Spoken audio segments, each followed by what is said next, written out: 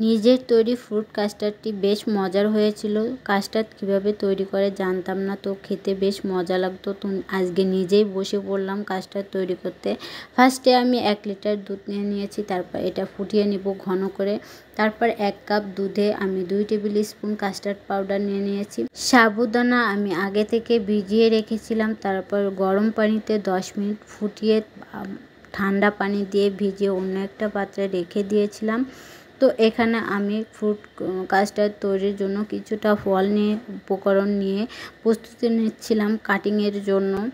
তো এখানে সাজিয়ে রেখেছি, দেখতেই পাচ্ছ বন্ধুরা। এবার ফ্রুটগুলোকে আমি ক্লিন করে নিব, ভালোভাবে পরিষ্কার করে নিতে হবে।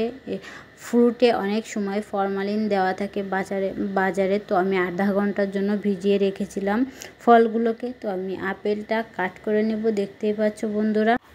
কাস্টার্ড তৈরি করতে করতে ইফতারের সময় হয়ে গিয়েছিল, তো ফুল ভিডিওটি আপলোড করতে পারলাম না, এই জন্য দুঃখিত বন্ধুরা। তো এখানে আপেলগুলোকে ভালোভাবে কাটিং করে নিচ্ছিলাম, দেখতেই পাচ্ছ। তারপর আমি আঙ্গুরগুলোকে ভালোভাবে কেটে নিয়েছিলাম।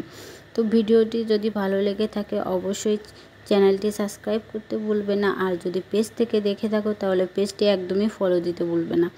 ইফতারের সময় হয়ে গিয়েছিল, তো তাড়াতাড়ি ঝটপট আমি রেডি করতেছিলাম। তো ফুল ভিডিও অন্য কোনো ভিডিও আপলোড করব পরবর্তী সময়ে।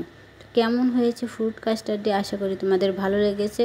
আসসালামু আলাইকুম, সবাই ভালো থাকবে। ধন্যবাদ।